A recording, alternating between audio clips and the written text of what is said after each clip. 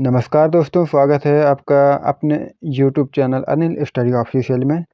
तो आज हम लाए हैं आपके लिए बहुत ही महत्वपूर्ण सब्जेक्ट को-करिकुलर के communication skills and personality development का इकाई फर्स्ट। तो चलिए शुरुआत करते हैं। हम बात करेंगे इस टॉपिक में कंटेंट दिया है उसके बारे में चर्चा करेंगे। साथ ही हम इसके महत्वपूर्ण क्वेश्चनों के बारे में चर्चा करेंगे जो कि एग्जाम की दृष्टि से बहुत ही महत्वपूर्ण है और बार-बार पूछे जाते हैं। तो चलिए शुरुआत करते हैं। इकाई फर्स्ट, संचार कौशल का परिचय, इंट्रोडक्शन ऑफ कम्युनिकेशन स्किल्स। तो चलिए, यहाँ फर्स्ट हेडिंग है हमारे संचार, कम्युनिकेशन की परिभाषा। तो संचार क्या होता है? संचार शब्द की उत्पत्ति लैटिन शब्द कम्युनिस से हुई है, जिसका अर्थ होता है साझा करना। संचार एक ऐसी प्रक्रिया है जिसमें दो या दो से अधिक व्यक्ति अपने विचारों,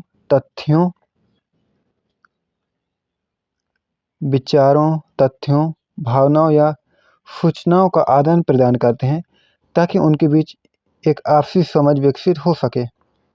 नेक्स्ट हेडिंग है संचार की प्रक्रिया, कम्युनिकेशन प्रोसेस। संचार की प्रक्रिया क्या होती है? कम्युनिकेशन अर्थात कम्युनिकेशन प्रोसेस, इसके बारे में बात करते हैं। तो चलिए, संचार एक चक्रीय प्रक्रिया है, साइक्लिक प्रोसेस है, जिसके मुख्य तत्व निम्नलिखित हैं। पहला है प्रेषक, सेंडर। वह व्यक्ति होता है जो संदेश भेजने की शुरुआत करता है।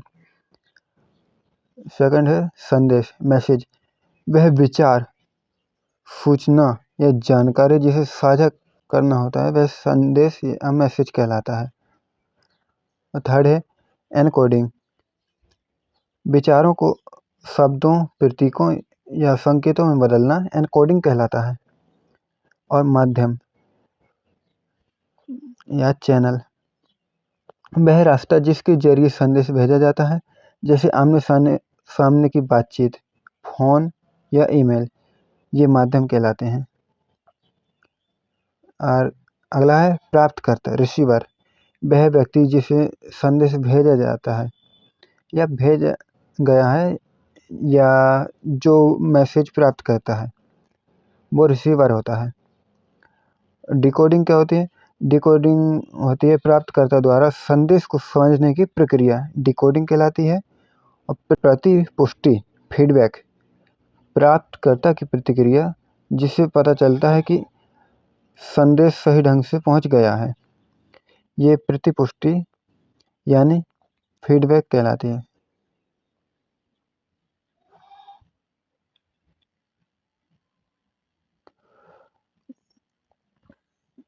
तो चलिए अब बात करते हैं अगले।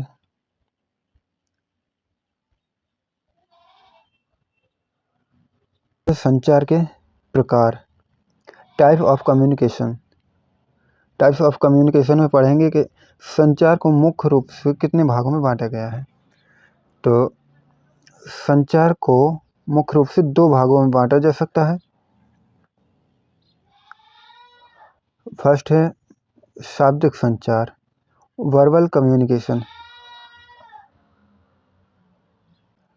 इसमें शब्दों का प्रयोग किया जाता है। वर्बल कम्युनिकेशन में शब्दों का प्रयोग किया जाता है। इसके दो रूप हैं, मौखिक जिसे ओरल कहते हैं, अर्थात बोलकर की जाने वाली बातचीत, मीटिंग, फोन कॉल या इंटरव्यू, ये सारे ही के सारे मौखिक या ओरल संचार कहलाते हैं। और इसका दूसरा है लिखित, रिटन।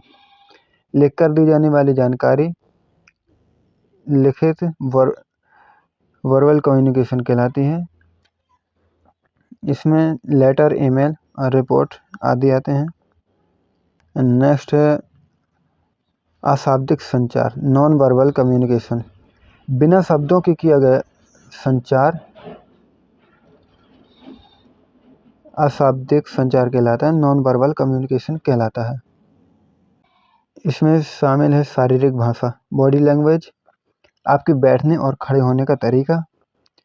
इसमें हाव भाव, गेस्चर्स, हाथों का हिलाना या सिर हिलाना। अगला है चेहरे का भाव, फेशियल एक्सप्रेशंस, मुस्कुराहट, गुस्सा या हैरानी। ये डिपेंड करता है आप कैसे बात कर रहे हैं सामने वाले से।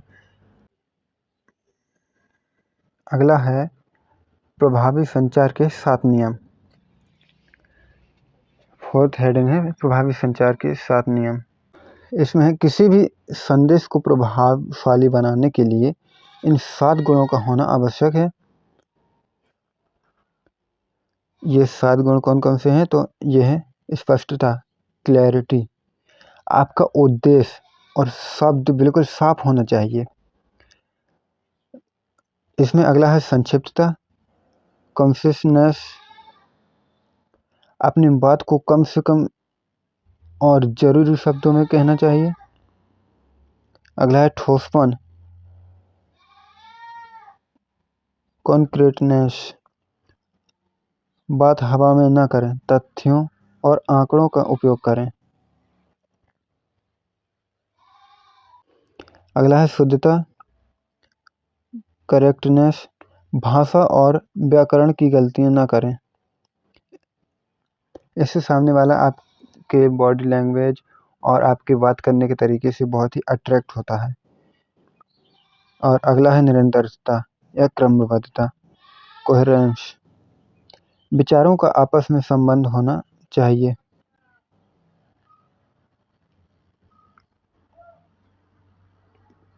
नेक्स्ट है पूर्णतः, कंप्लीटनेस, संदेश अधूरा नहीं होना चाहिए, पूरी जानकारी दें। नेक्स्ट है शिष्टता, बोलने का लहजा विनम्र और सम्मानजनक होना चाहिए।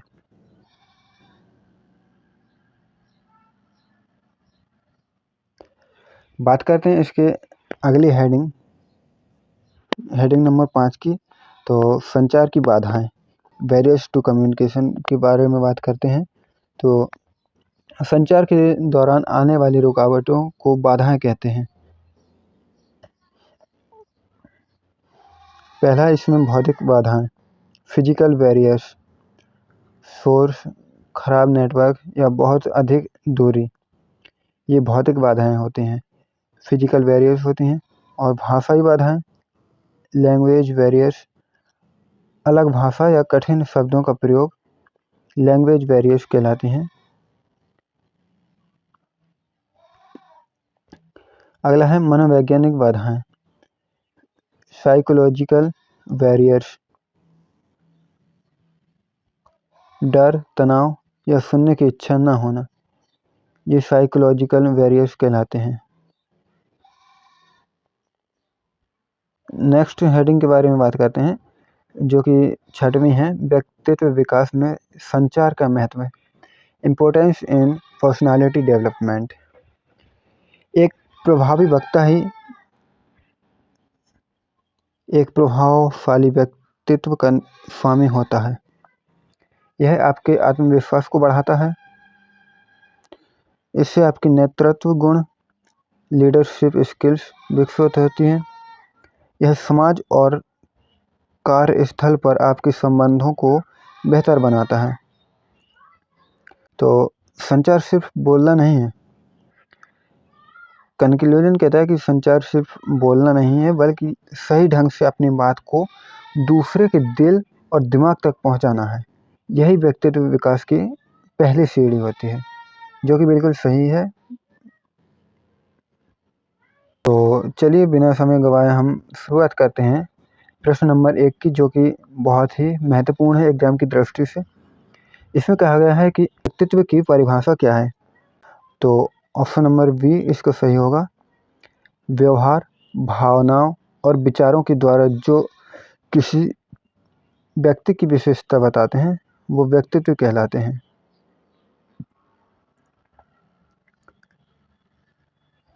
नेक्स्ट है प्रश्न नंबर 2 है, किसी व्यक्ति को परिभाषित करने वाले विचारों, भावनाओं और व्यवहारों के सुसंगत पैटर्न को क्या कहा जाता है? व्यक्तित्व। इसका सही जवाब होगा उत्तर बी, व्यक्तित्व।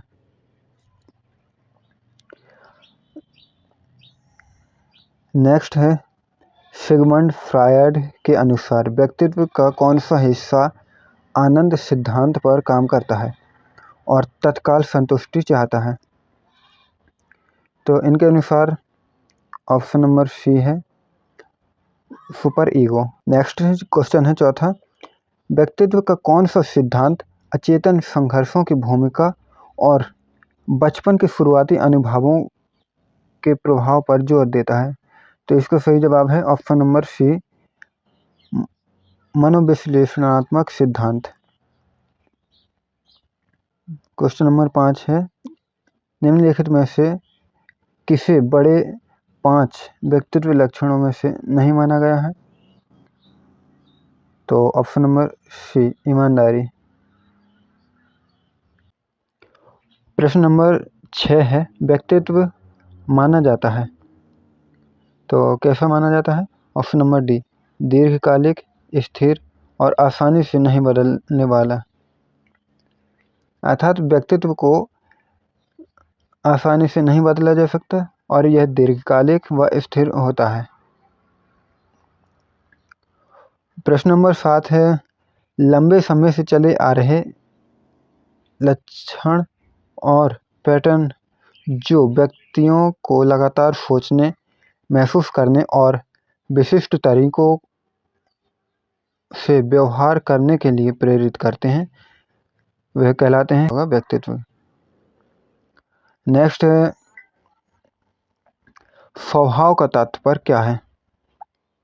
तो स्वभाव का तात्पर्य जन्मजात आनुवंशिक रूप से आधारित व्यक्तित्व अंतर, स्वभाव का तात्पर्य होगा। नेक्स्ट क्वेश्चन है जो कि 9वां है, निम्नलिखित में से कौन अंतर्मुखी लोगों की विशेषता है? ऑप्शन नंबर डी होगा इसका सही जवाब, एकांत पसंद करते हैं ये अंतर्मुखी लोग।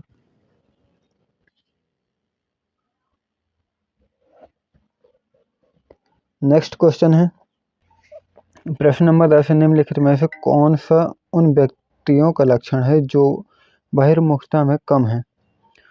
तो इसका सही जवाब है छोटी छोटी बातों को नापसंद करना।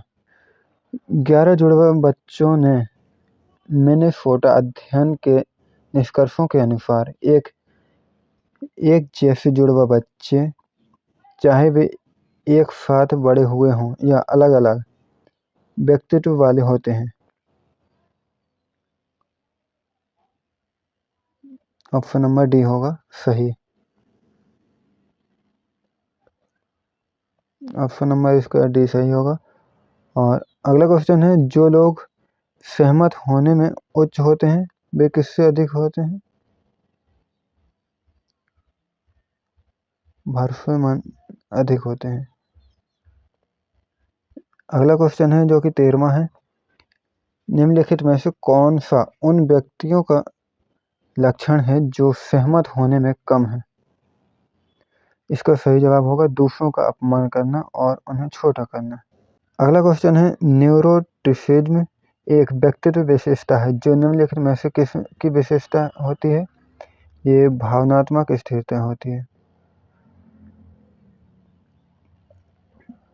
अगला क्वेश्चन है,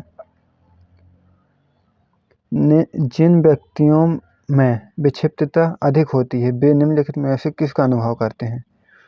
तो चिड़चिड़ापन का वो अधिक अनुभव करते हैं। क्वेश्चन नंबर 16, नकारात्मक व्यक्तित्व लक्षण वे हैं जो मददगार से अधिक हानिकारक हो सकते हैं। निम्नलिखित में से कौन सा एक नकारात्मक व्यक्तित्व लक्षण है? तो अविश्वसनीय इसका एक नकारात्मक लक्षण है। ऊपर नीचे हो गया ऑप्शन थोड़ा एडजस्ट कर लेना।